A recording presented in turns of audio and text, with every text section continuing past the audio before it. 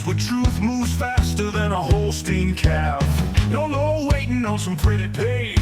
We're charting new ground in the digital age. From genomic codes to row-out facts, we cut through the noise, no holding back. Not your daddy's dairy news tonight. We're sparking debates with every insight. The ring's not where the real fight's at. It's in the data, in the channel chat. From pasture to processor to your morning cup, we're raising the stakes. Try and get ahead of herd. Yeah! Where the future's more than just a word. Ahead of herd. Come on! The bullvine's calling, let your voice be heard. Welcome to the Bullvine Podcast, your trusted source for cutting-edge dairy industry insights and actionable strategies. In today's episode, where we'll explore the hidden potential in dairy cow gut health, why the hindgut matters just as much as the rumen, and how smart nutrition and management can unlock untapped productivity and profitability. Let's dive in. Welcome back to the Bullvine Podcast, the show that digs deep into the topics that matter to dairy producers. That's right. Today, we're tackling a really interesting feature article from the Bullvine that's it's got everyone talking. It's making some waves because it's challenging, some really deeply held assumptions in dairy nutrition and management. Yeah. We're going to break it all down piece by piece, try to understand why this feels like such a significant shift. Absolutely. Our deep dive today is into a fascinating piece titled The Untapped Hindgut, Dairy's Next Profit Frontier.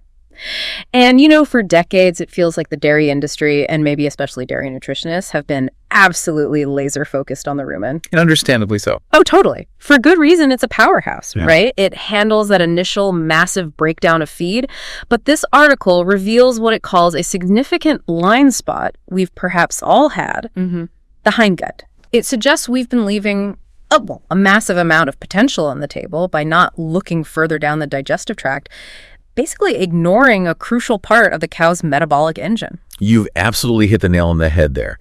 And this isn't just some, obscure academic finding that's interesting for a tiny group of researchers. Right. We're talking about a largely overlooked area where get this, 30% of fiber fermentation is happening. 30%. Yeah, think about that for a second. 30%.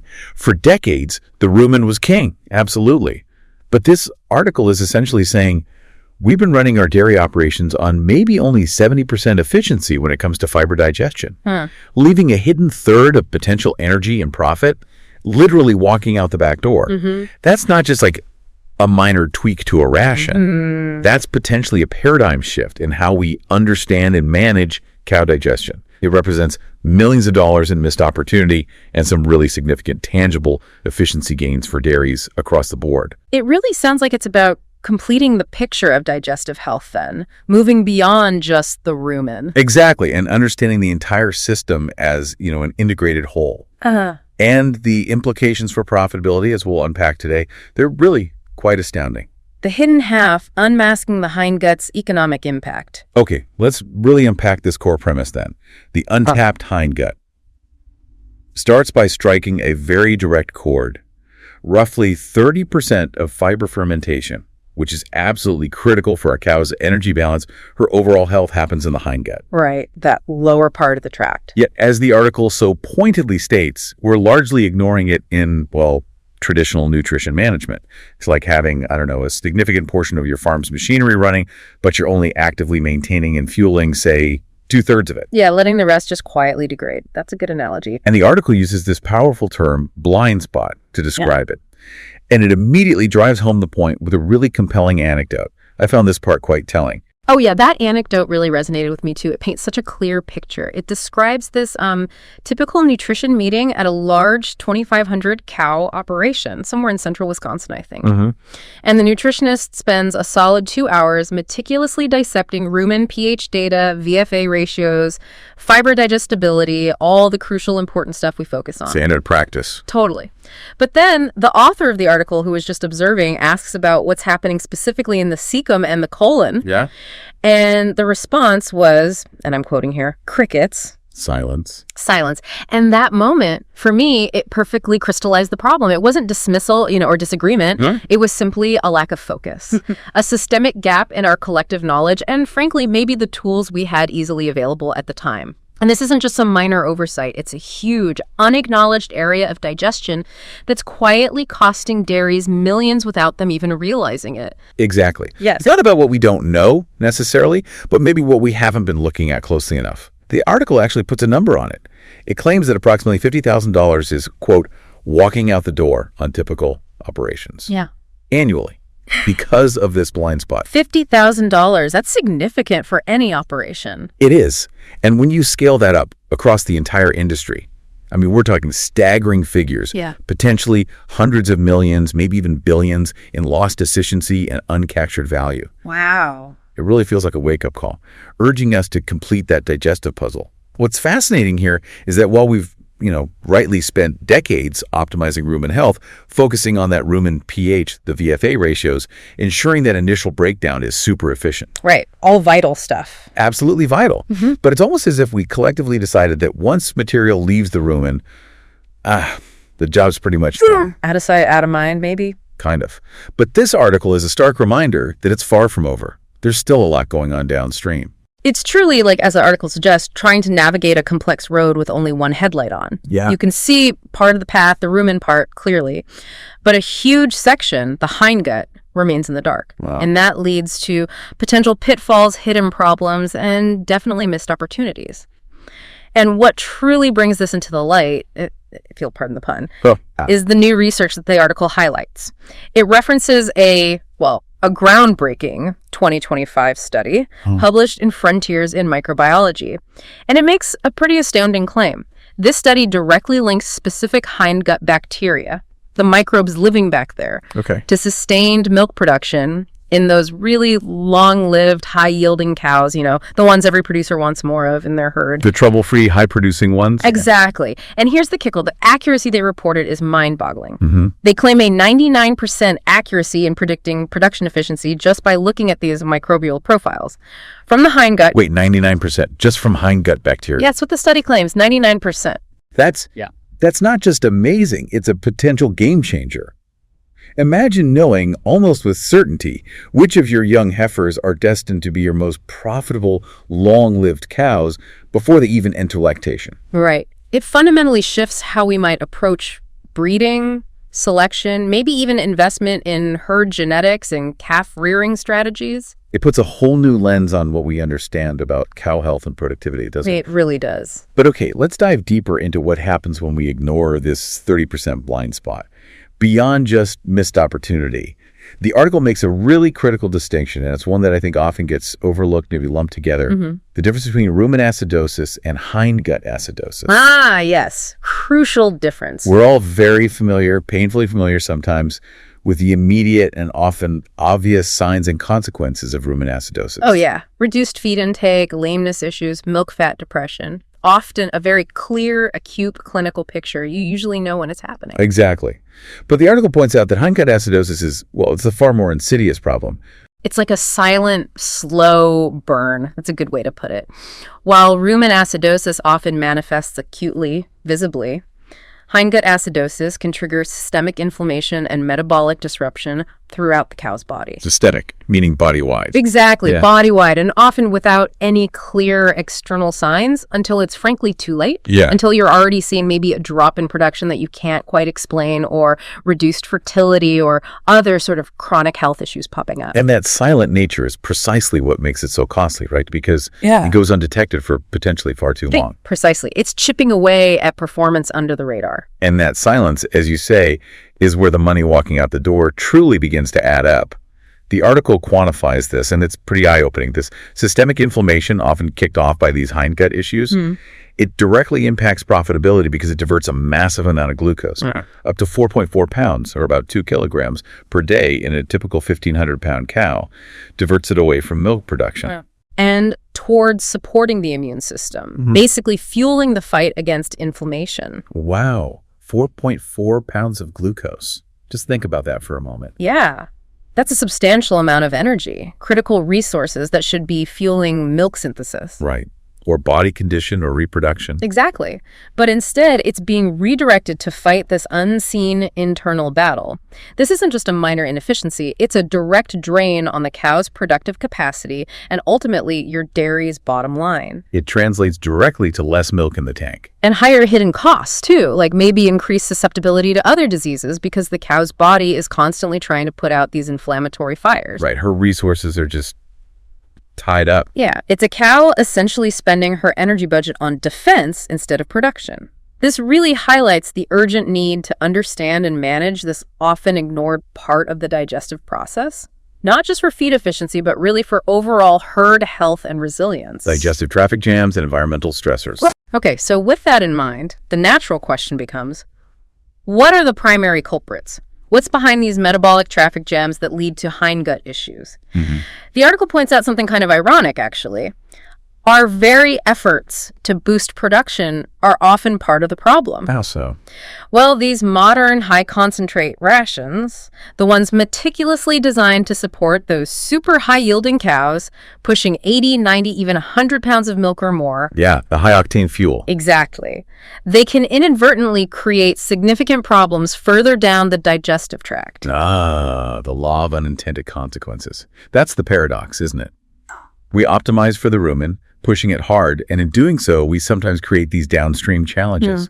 The article describes this really well as metabolic traffic jams. The rumen, bless its heart, often does its job admirably. It breaks down a lot of the feed, sends it on its way. Sure. But then, as that partially digested material, especially starch that wasn't fully processed in the rumen, as that moves into the small intestine and then the cecum and colon, the hindgut basically, it can get overwhelmed. It creates a bottleneck, a literal traffic jam, where excess carbohydrates that ideally should have been digested earlier or maybe more slowly in the rumen, now ferment really rapidly in the hindgut. And that leads to acidosis and dysbiosis and imbalance in the microbial community back there. And these issues then manifest in ways we might not immediately connect to the hindgut, right? Like you mentioned earlier. Exactly. And the article really hammers this home when it talks about nutritional diarrhea, which is something producers see, especially in fresh cows. Oh, yeah. Common problem. For so long, if we saw loose manure in fresh cows, our minds immediately went to rumen issues, didn't they? Yep. Too much starch, maybe too little effective fiber, sudden ration change. Classic rumen upset thoughts. Totally. But the research cited in the article, specifically on postpartum dairy cows, shows that this loose manure is often linked directly to hindgut dysbiosis. So not necessarily a rumen problem after all. Or maybe not just a rumen problem. What's particularly compelling is that they found cows with normal versus loose feces had completely different bacterial communities in their hindguts. Okay. Even when their rumen microbiomes appeared similar. Ah, that is a huge distinction. Isn't it? It means you could potentially have a perfectly healthy, functioning rumen according to our usual checks. Right. Good pH, good VFA profile up front. Exactly. But still have a very sick, inefficient hindgut causing problems like diarrhea. That's a critical insight, definitely. Yeah. Because it means our traditional diagnostic tools, focused heavily on the rumen, might be missing a big piece of the puzzle. The specific findings are even more telling, too. The article mentions that cows with these hindgut problems had significantly higher levels of ammonia in their feces. Ammonia, meaning lost nitrogen. Exactly. Valuable nitrogen, a key component of protein that the cow's body just isn't utilizing effectively. It's literally being flushed away, a direct loss of feed value. Okay. And what else? And they also had lower concentrations of volatile fatty acids, or VFAs, in their feces. Lower VFAs, less energy. Precisely. Lower VFAs mean less energy absorbed by the cow because these fatty acids, acetate, propionate, butyrate, they're the primary energy currency the cow gets from fermentation. Right. So essentially, you're looking at energy just being flushed away too. It directly impacts feed efficiency and, of course, milk production. It's a direct loss of crucial resources that could otherwise be contributing to milk yield or body condition. Absolutely. Lost nitrogen, lost energy. It's a double whammy of lost nutrients then. You got it.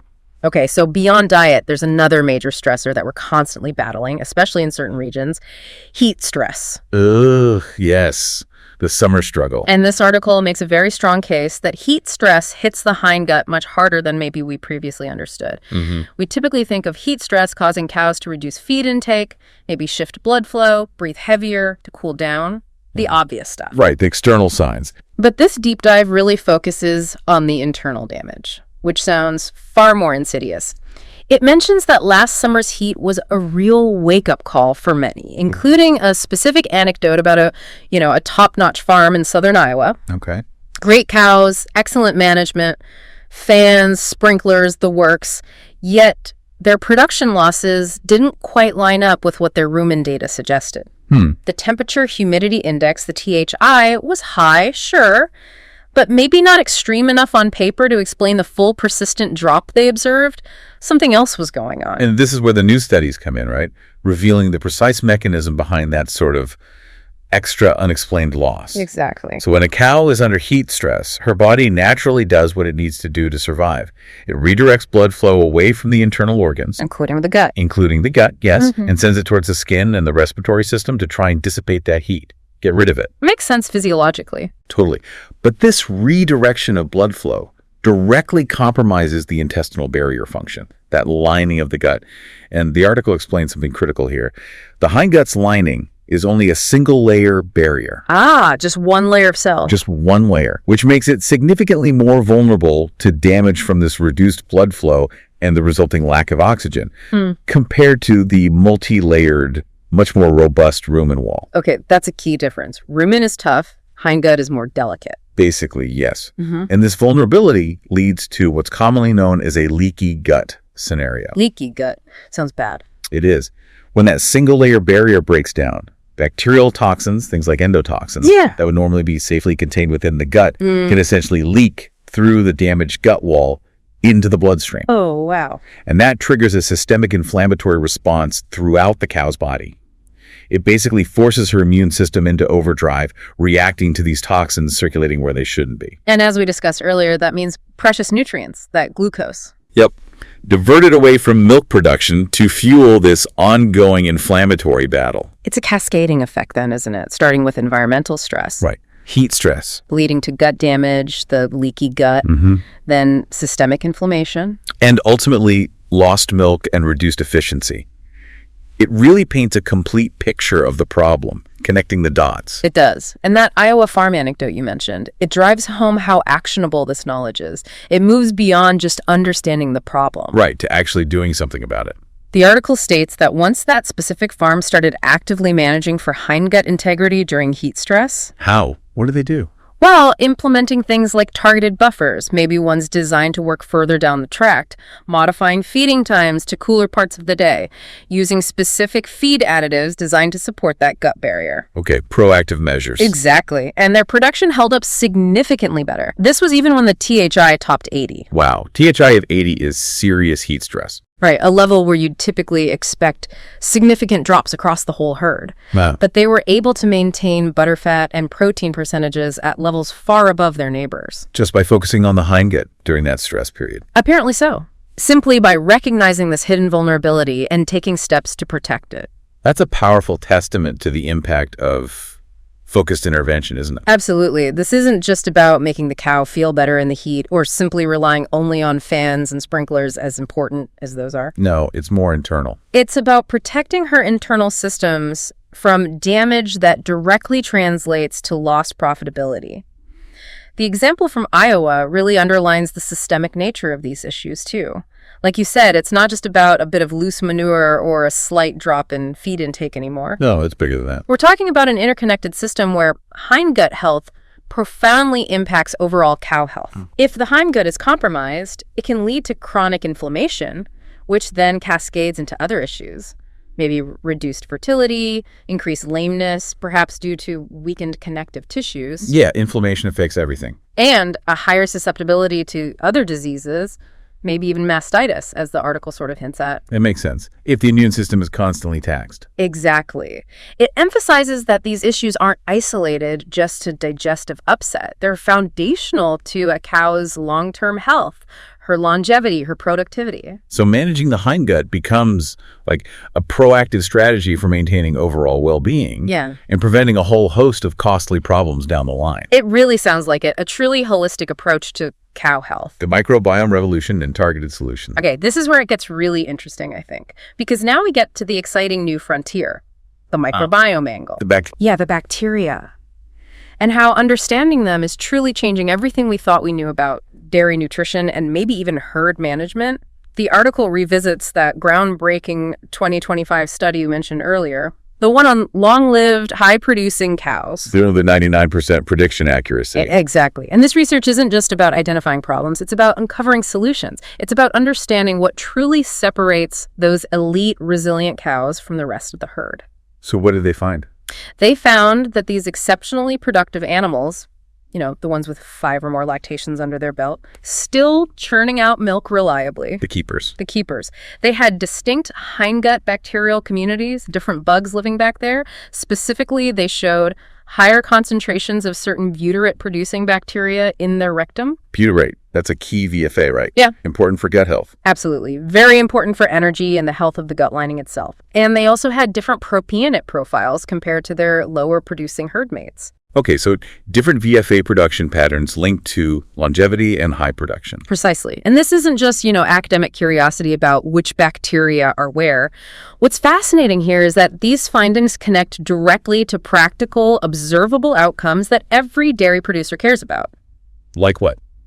Well, the article states that these high-producing cows, the ones with the optimized hindgut microbiomes, showed markedly better feed efficiency. Better feed efficiency. That's the holy grail right there. It really is. Getting more milk for the same amount or even less feed, huge for profitability. What else? They also had higher milk fat and protein yields. What's the change? Exactly. Directly impacts the milk check. And more stable production patterns, fewer peaks and valleys, which is great for management consistency, and probably less stress on the cow, too. Right. And all of these desirable traits were directly linked to what was happening in their hindgut, the microbial activity back there. So it's not just correlation. The article suggests causation. The implication is strong, yes. And this isn't just about understanding, it's about management. The article explicitly states that these differences weren't just, academic observations. It suggests that we can, in fact, manage hindgut microbiomes through targeted nutrition. Okay, that's the exciting part. We can actually influence this. That's the potential. We just haven't been paying enough attention to this possibility until recently, perhaps because we lacked the easy diagnostic tools and maybe the really in-depth understanding of how to influence it effectively. Exactly. The potential for intentional management is huge here. And the article then gives a really specific and compelling example of how dietary changes can directly impact the hindgut microbiome, sort of proof of concept. It highlights additional research that showed when cows were fed diets specifically designed to support hindgut fermentation. Like what kind of diets? Well, the example given was replacing some corn with molasses sugar beet pulp. Okay, trading some starch for digestible fiber. Exactly. And they exhibited increased bacterial diversity in their feces, which is generally seen as a good thing, a more resilient ecosystem. Okay. But more importantly, they showed crucially improved fiber digestion overall. So they got more out of the fiber in the ration. Seems like it. And the study even pinpointed a specific bacterial group, just designated as CF231. Catchy name. Yeah. But this group increased by a remarkable 64% following these dietary changes. Wow, 64% increase in one group. Yeah. And think of this CF231 group as like a highly efficient, specific type of fiber digesting specialist in the hindgut. Okay. So this isn't just theory. This is direct nutritional influence leading to measurable positive changes in the hindgut that support better digestion and energy extraction. It's about feeding the right microbes. So they can feed the cow more efficiently. Exactly. Okay, what's truly fascinating here then is how this transitions into the need for regional adaptation. Because clearly a one-size-fits-all approach just won't cut it when it comes to hindgut health, right? Makes sense. Different feeds, different climates. Totally. The article actually breaks down potential hindgut strategies by region, recognizing that different environmental factors, typical feed bases, management styles, they all create unique challenges and opportunities. This really underscores the precision agriculture aspect of this whole approach, doesn't it? Absolutely. So let's look at those. For dairies in the Midwest and Corn Belt, for instance. Okay. Lots of corn silage there. Exactly. The pattern is pretty clear. Heavy reliance on corn silage, maybe coupled with long winter confinement periods and overall high-starch diets. That combination often leads to hindgut acidosis issues. Especially in winter. Yeah, perhaps especially during colder months when cows might be less active, digestion slows a bit. So the solution isn't necessarily to eliminate corn, which is, a staple energy source, but it's more about focusing on managing the flow of that starch. Yeah. Making sure it doesn't all hit the hindgut at once. Well, maybe considering replacing some of that high-starch corn with more fibrous byproducts that deliver slower fermenting energy, like the molasses sugar beet pulp we just talked about. Or other things like soy hulls, maybe? Could be, yeah. Things that digest more slowly or further down the track. It also means closely monitoring fecal pH. The article suggests aiming for a target above 6.2. Why 6.2? Because a lower pH, say below 6.0 or 5.8, indicates excessive acid production from rapid fermentation back there. So keeping it above 6.2 suggests a healthier, more stable environment. Gotcha. The article emphasizes that these kinds of winter adjustments can really support a more diverse, healthier hindgut microbiome, which in turn leads to improved fiber digestibility and less energy wasted through things like ammonia. So it's proactive management to avoid that hidden inflammation and inefficiency. Exactly. Okay, then you shift focus to the Western and California dairies. Different challenges there. Heat stress is a big one. Huge one. Their primary pattern often revolves around that persistent heat stress, combined with those incredibly high-energy diets needed for maximum production. And that combination really sets the stage for a breakdown of the gut barrier function, leading to that leaky gut we talked about earlier. Right. The single-layer vulnerability. Yep. So their solutions look quite different. The article stresses that cooling isn't just about cow comfort, though obviously that's vital. It's absolutely critical for maintaining gut barrier integrity, period. So intensive cooling is step one. Intensive cooling. Investing in and diligently maintaining those systems, misters, fans, shade, making sure they actively reduce core body temperature. They also suggest using targeted buffers, maybe ones that can withstand the rumen environment better. Or maybe even those encapsulated additives. Exactly. That new generation of encapsulated additives specifically designed to release beyond the rumen where they can directly support hindgut health and barrier function. Because a standard buffer would just get used up in the rumen, right? Pretty much, yeah. It wouldn't reach the hindgut where the heat stress damage is most acute. Okay. They also advocate for more dynamic feeding strategies, maybe adjusting rations or feeding times proactively based on THI swings as temperatures rise to minimize stress on the whole digestive system. Being really responsive to the environment. Very responsive. Okay, and finally, for the Northeast and maybe grazing operations. Different again, more seasonal variation maybe. Exactly. While seasonal grazing definitely helps reduce the risk of dysbiosis during the summer, natural, diverse forages are great for the gut. Here. The transition to winter TMRs can introduce different kinds of stressors to the hindgut. Ah, the shift off pasture. Right. Often involves a shift to stored forages, maybe higher concentrate levels than they were getting on pasture. So the solution for them, as the article points out, is really to embrace diverse plant fiber in their rations even in winter. Not just focusing on NDF levels, but the type of fiber. Exactly. Not just crude fiber content, but the variety of fiber sources. Maybe incorporating alternative forages or haylage from different cuttings, different plant types, if possible. And managing the transition carefully, I assume? Oh, absolutely. Gradual transitions into those winter diets, avoiding abrupt changes that can shock the microbial populations in both the rumen and the hindgut. Research indicates that a diverse fiber intake is key to supporting stable, resilient hindgut bacteria and reducing the risk of dysbiosis, providing consistency and digestive resilience throughout the year, regardless of the season. Okay, so that's incredibly helpful for regional specifics, really tailored strategies. But what about general tips? Things that apply to pretty much all regions, regardless of geography or specific challenges. Yeah, good question. The article does have some really practical, actionable advice that any dairy producer could potentially implement. First, and maybe most importantly, it boils down to test, don't guess. Okay, stop guessing. Right. This isn't about trial and error anymore or just looking at manure consistency. It advocates for potentially monthly fecal pH checks. We talked about that, aiming above 6.2. Yep. And also using biomarker tests for hindgut inflammation. Okay, what kind of biomarkers? We're talking about specific markers like IgA and lactoferrin. IgA and lactoferrin. Can you explain those quickly? Sure. IgA, or immunoglobulin A, is basically an antibody. It plays a critical role in gut immunity, kind of like a first line of defense against pathogens right there on the gut surface. Okay. And lactoferrin? Lactoferrin is a protein involved in the innate immune system. It's often elevated during inflammation, part of the body's response.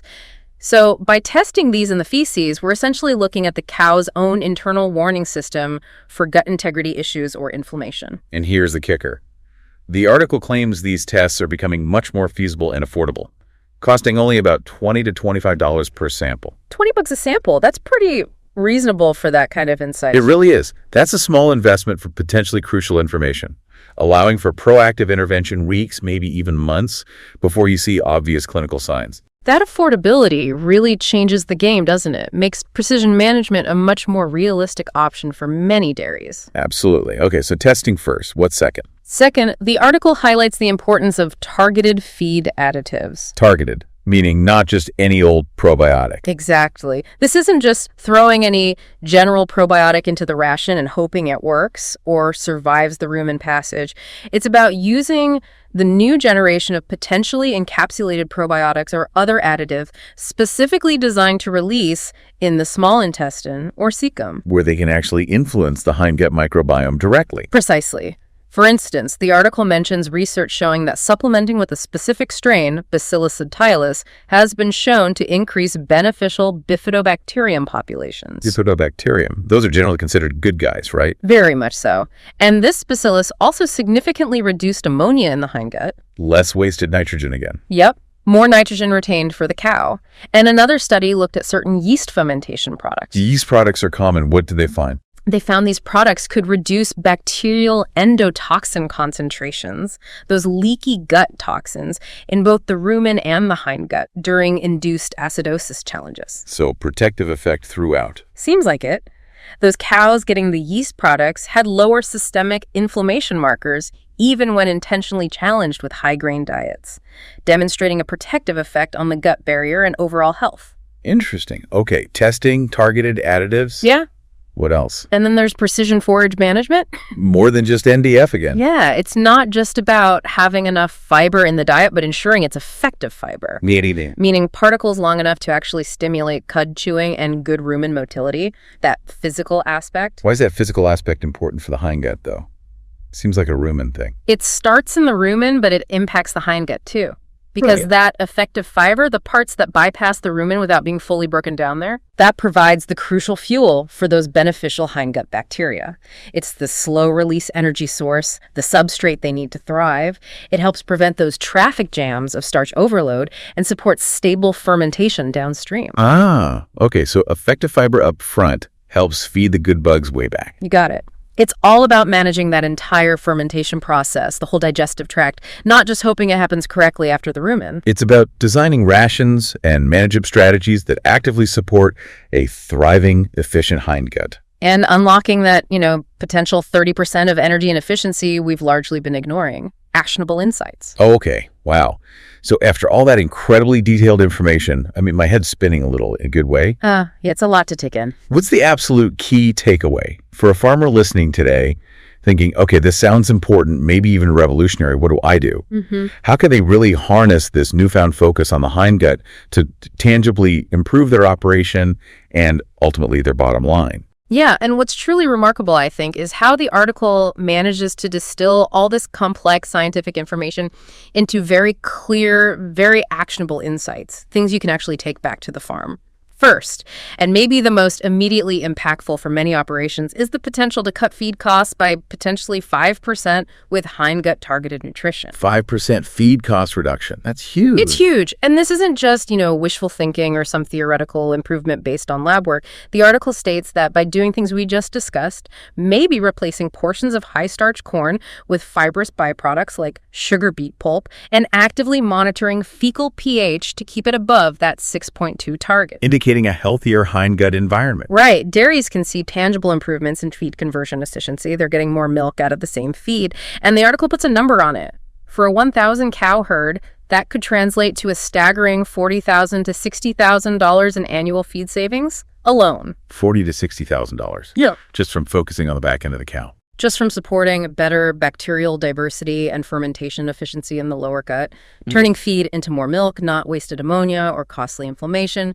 That's real money. That is absolutely real money, especially when margins are tight, which they often are. Every penny counts.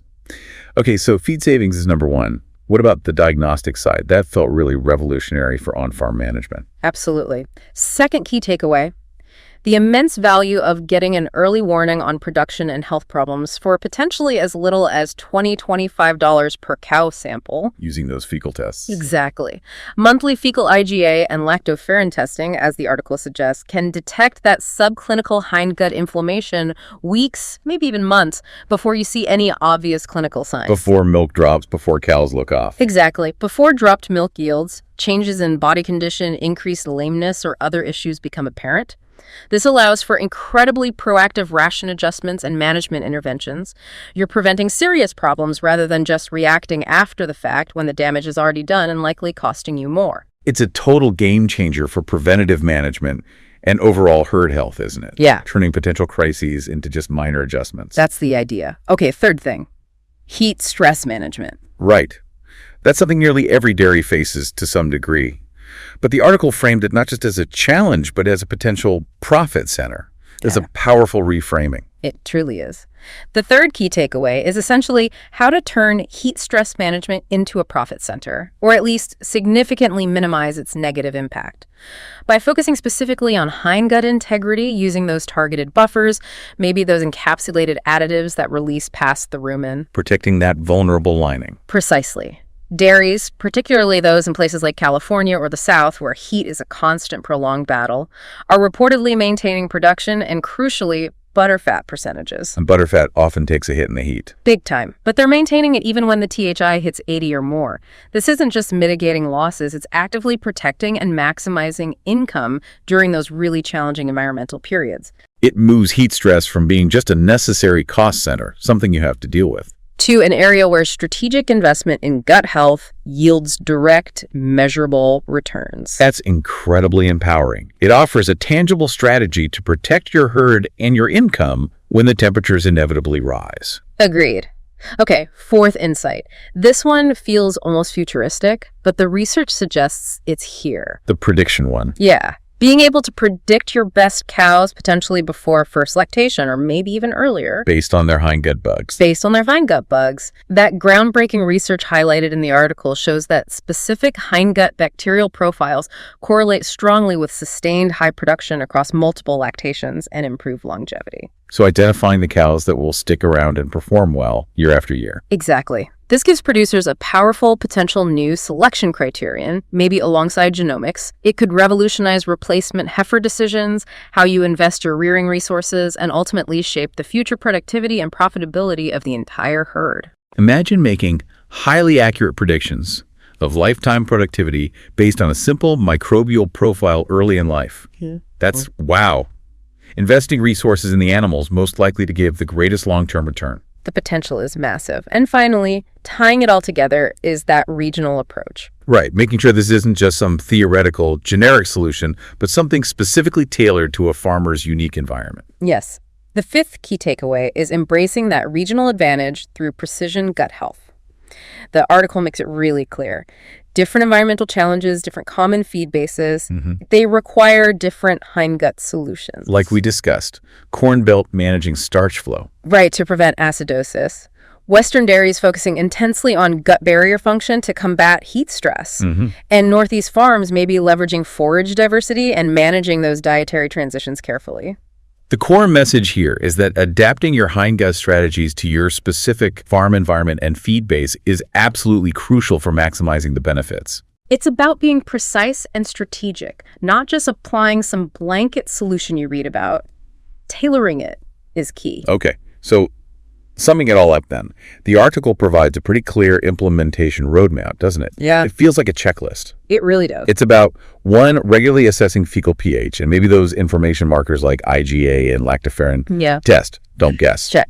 2, manage starch flow and forage particle size carefully to stabilize hindgut pH and feed those good bugs. Yep. Diet formulation. 3, critically, keep environmental stress minimal through smart investments in cooling, ventilation, maybe stocking density. Environment matters. Hugely. 4, thoughtfully use those targeted feed additives, the ones designed to work downstream. Strategic supplementation. And maybe most importantly, 5, continuously monitor the results. This isn't a set it and forget it kind of thing, is it? Not at all. It's an ongoing dynamic management process that demands attention, observation, and adjustment, like any other critical aspect of dairy management. And The bottom line from the article really ties it all together beautifully, I thought.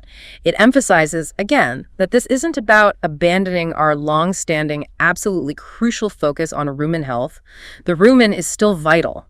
No, it's not throwing the baby out with the bathwater. Not at all. It's about completing the picture of digestive health. It's an evolution in our understanding, like moving from a black and white photo to full, vibrant color. You see so much more detail. That's a great analogy. And the article posits that the dairies who pioneer this whole gut management approach, they're going to gain a significant competitive edge, capturing gains in efficiency, improving herd health and resilience long before the rest of the industry maybe fully catches up. It really feels like the next big competitive advantage in dairy production. And looking even further ahead, what's on the horizon? Well, the research pipeline sounds incredibly promising. The article mentions the emergence of things like multi-omics diagnostics. Multi-omics.